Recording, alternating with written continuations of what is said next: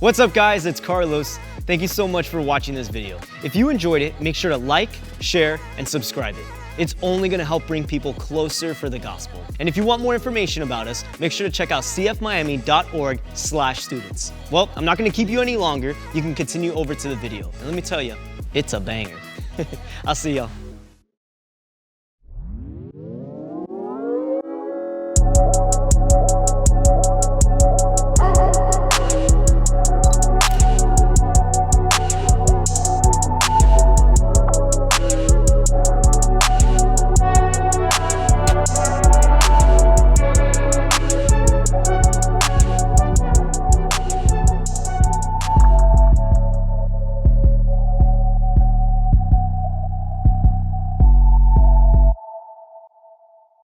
Hey, what is going on, CFS? Pastor Alex here. Thank you so much for joining us on our Thanksgiving special. To begin things, I want to go back to high school around 2006, 2007. God bless. Now, going around that time, I had a passion during that season of my life, and that passion was to increase my vertical jump.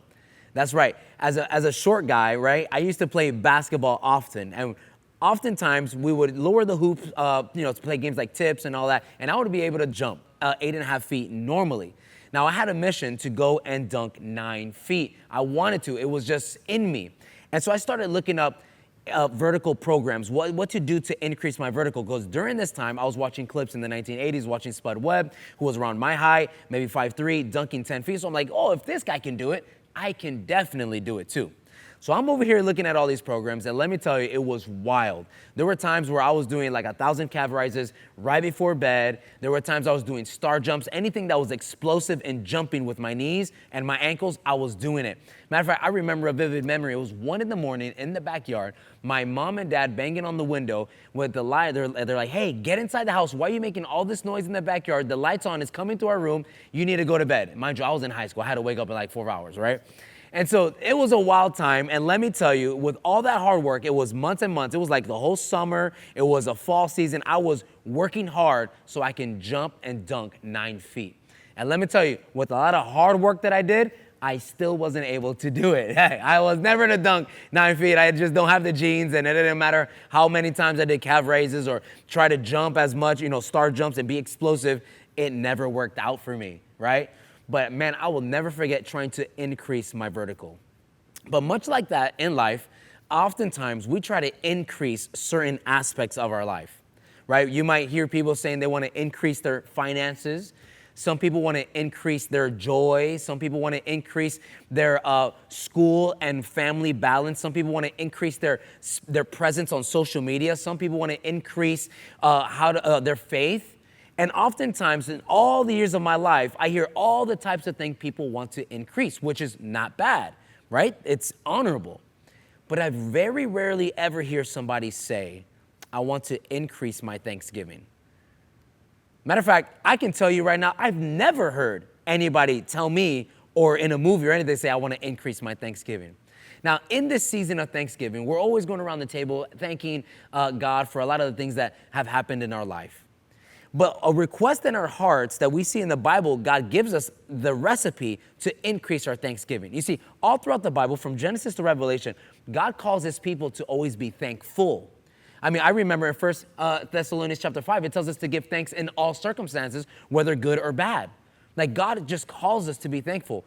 But God also tells us a recipe how to increase our Thanksgiving. And that's what I want to remind us in this season of Thanksgiving for. This is found in 2 Corinthians chapter 4, starting at verse 15. Look what the word of the Lord says.